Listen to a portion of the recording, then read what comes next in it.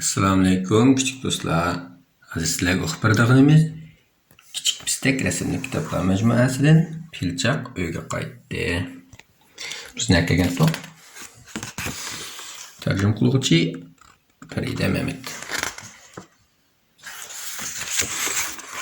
Önkürdü bular. Yaxshi önkürdü. Şiirgan toptor 3 gün çıkıptı. 3 günden keyin sırt jimjitlik çümüptü.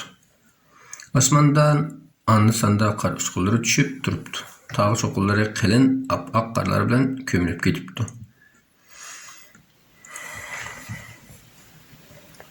Üç günlük toxtuma qar yağıp.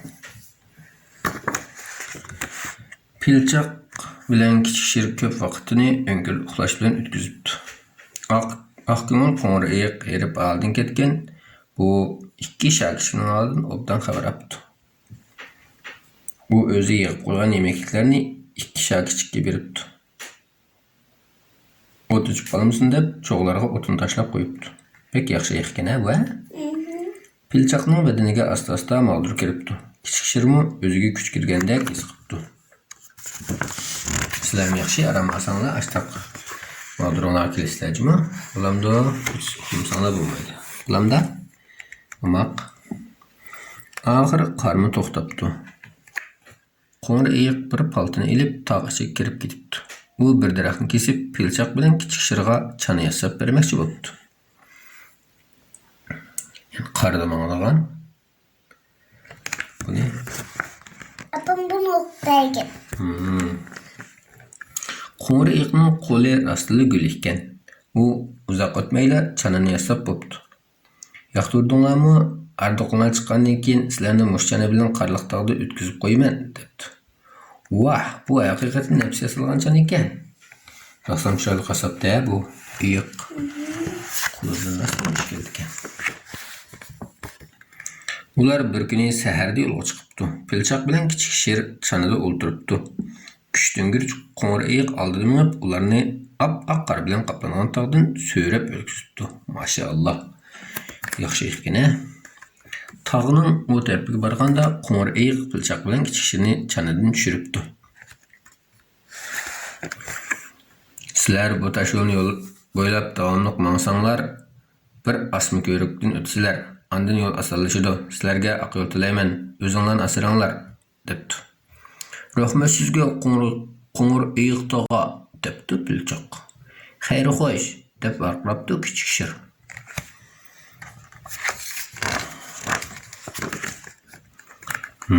Asma ko'rib ketdi.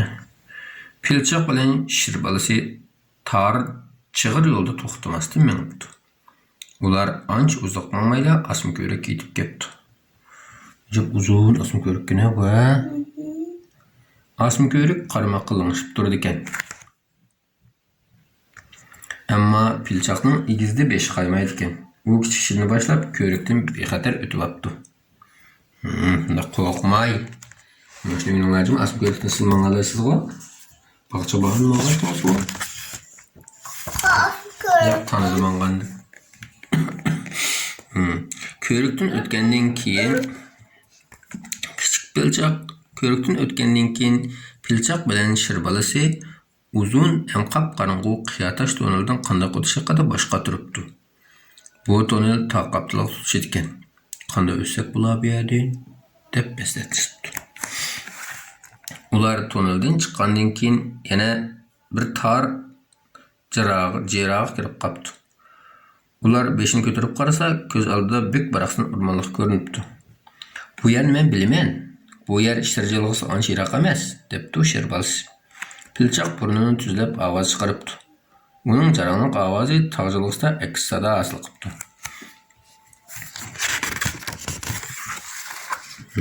Apsini to'labdi-da. Ammo Pilchaq o'rmonliqda ozroq minibla ezib qapti. Bir kestanchik daraxt shixida chivin tutayotgan ekan. O kestanchik. Kichik shir kechiring, shirjiloqsi qandoq mangadi deb so'rabdi.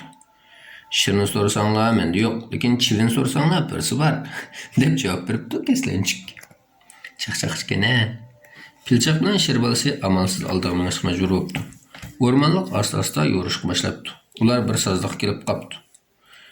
Bu yerde bir ot çöpten yasalgan käpi var eken.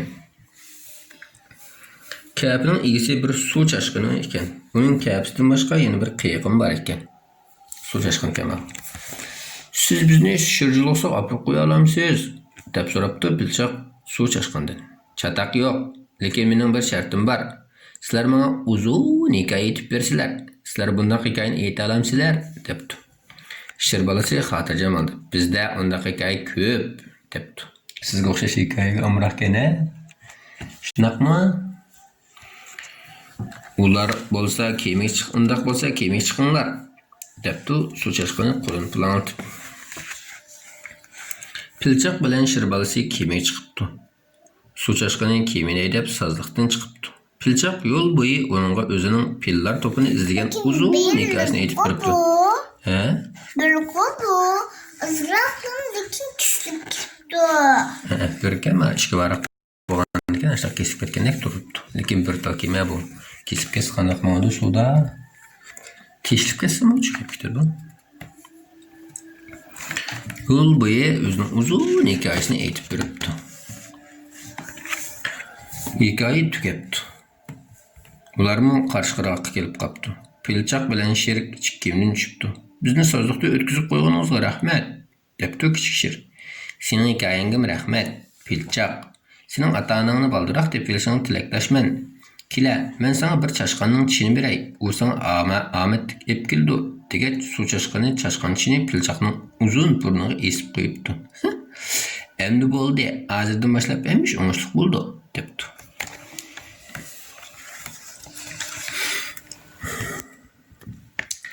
Birazdan keyin Pilchak bilen kichik şer yılg'isiga yetib kepti. Bir daraxtning ostida yo'g'on bir şer qarovullik qilayotgan ekan. U şer bu jilg'iga shirdan boshqa har qanday hayvonni kirgizmaydi ekan. Biroq Pilchakni qoidani buzib kirgizib o'tibdi. Chunki u kichik sherning eng yaxshi do'sti ekan.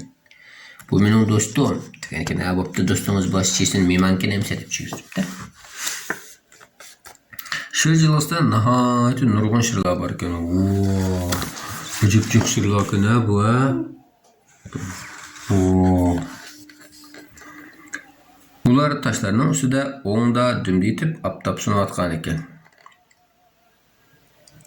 Şir balası her bir şirden piller topunu körgen ko'ringanlikdan so'rabdi.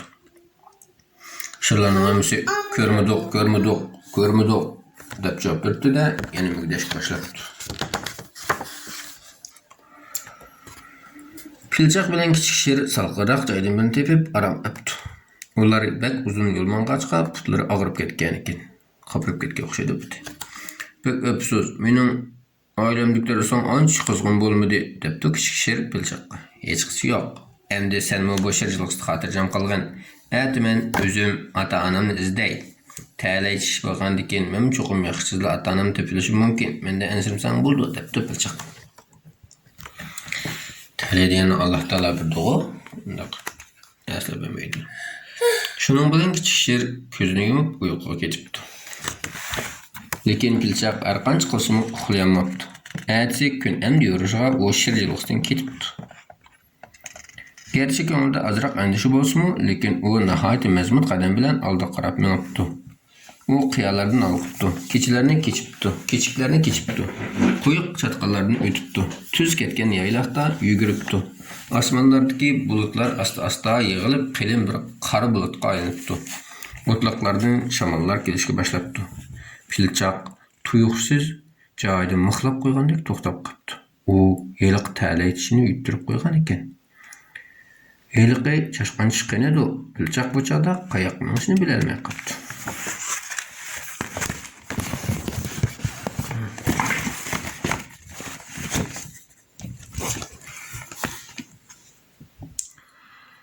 Pilchak ichida men endi ota-onamni erguz topolmoqman. Barliq tortgan jafolarim, tirishchiliklarning hammasi bekor ketdi deb o'ylabdi. Bu chog'da shur qilib yomg'ir yog'ishga boshlabdi. Pilchak bir quyuq chatqallikning ostiga kirib, yomg'irdan panohlanibdi. Yo'g'on yomg'ir tomchilari yerga paras-purus qilib tushishga boshlabdi. Pilchakning uyqusi kelib, ko'zini ocholmay qoldi. U uxlab qolishdan burun chaqmoqning guldirlagan ovozini anglatdi. Bu çağda onunğa xuddi bir top pillar bu yerden ötüp ketayotgandek ta'sir beripti.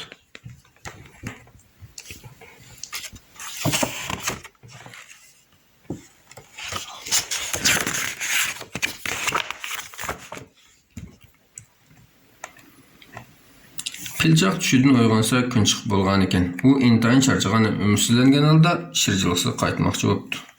U cho'ng bir qiya tashni aylanib o'tganda tuyuqsiz ikki yo'g'on pilning o'zining oldida turganligini ko'ribdi. Pilchaq o'zining ko'ziga ishongisi kelmabdi. "Sizlar mening ota-onam bo'lamsizlar?" deb so'rabdi u bo'sh ovozda. Ular haqiqatan Pilchaqning ota-onasi ekan. Ularmi Pilchaqni darhol taniyapti. Pilchaq ularga qarab yuguribdi. Bir oiladagi 3 pil burni bilan bir-birini quchoqlabdi. Hayajonlanganligidan bir og'izmi gap qilolmabdi.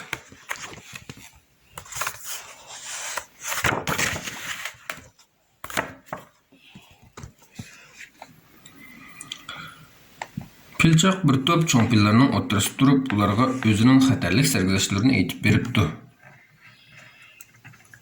Cho'ng pillarning hammasi quloqlarini ding tutib, ularning hikoyasini anglabdi. Ba'zida o'xshagan ovozlarni chiqarishibdi. Hikoya tugagandan keyin ko'pchilik pil to'pidan bir kichik batirning chiqqanligidan, uning shundoq uzun yo'lni besib kelganligidan, nurg'un joylarni jafolan tortib bo'lsa-mu, oxirida g'alaba qilganligidan faxrlanibdi.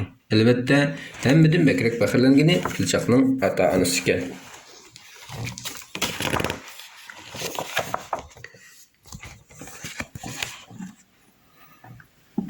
Ular bizning balamiz odatdagi bola emas ekan. Kelgusida cho'qim cho'ng bir jamiyatning boshliq bo'laligidek deb o'ylabdi. Pillar to'pi davomli oldiga qarab ilgirlabdi. Pilchaq dadasining dumbisiga chiqib olib, bor kuchi bilan burnini kana qilib chepdi. Bu daqiqada u o'zini intayin baxtli his qilibdi. Sizga o'xshash dadasining dumbisiga chiqib qolibdimi? Lekin keyin yuz bergan ishlar uning ota-onasining umidi bilan faqat o'xshamabdi. Necha yillardan keyin Pilchaq cho'ng bo'libdi. U qovul ham kuchlik cho'ng pilga aylangan chog'da ota-onasi va pillar to'pidan ayrilib, o'zi xohlagan yo'lga minibdi. U azaldan pillar to'piga boshliq bo'lishni o'ylab boqmagan ekan. Ham pillar to'pi orasidagi turmushni ma'nisiz qilib qopdi. Shuning bilan u kichik vaqtida yolg'iz jahon kezgandek pillar to'pidan yolg'iz ayrilishni qaror qildi. Lekin bu qatim u tashabbuskorlik bilan tavakkul qilishni tanlabdi. U hamma yerga beribdi. Boshqa hayvonlar bilan quyuq do'stlik o'rnatdi. Lekin u har yili bir qatim daryo bo'yidagi qaylinas do'stlarini yo'qlab turishni to'xtatib qo'ymabdi. Endi do'stlarni yo'qlab ketdi-da. Qara.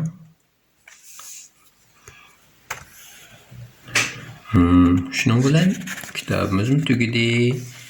Allohga omonat.